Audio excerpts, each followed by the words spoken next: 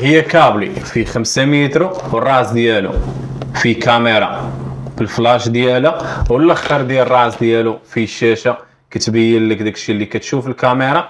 الا كنتي ميكانيك او كتصاوب الكليمه او حتى في الدار بعض المرات كطيح لك شي حاجه تحت السداري او في القرقاره وما كتقدرش توصل لها، هذه غادا تعاونك توصل لبلايص اللي ما كتقدرش تشوفو.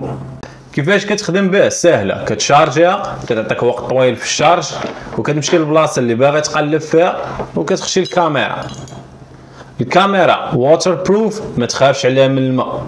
واحد الحاجه اخرى اللي زوينه فيها كيجيو مع واحد العيبات في حاله طاحت لك شي لعيبه مثلا في القرقاره او بلاصه بعيده تقدر تجبدهم بها، بحال هادي مثلا مغناطيس. نجربوها دابا، طيحوا هادي ونركبوا هادي في الكاميرا فوالا وكتمشي